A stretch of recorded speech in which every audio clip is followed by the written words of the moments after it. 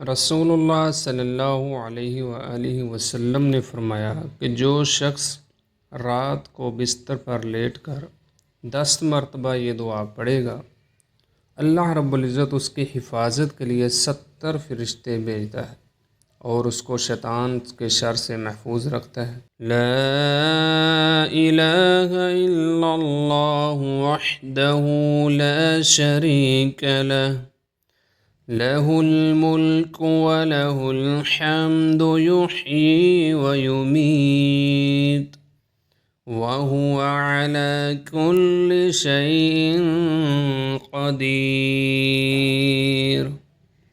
جو شخص یہ دعا پڑھے گا، اللہ تعالیٰ اس کی حفاظت فرمائے گا، شیطان کے شر سے محفوظ رہے گا، اور اس کے بدلے اس کو 10 نیکیاں ملیں گی، اور اللہ تعالیٰ اس کی 10 برائیاں ختم کر دے گا۔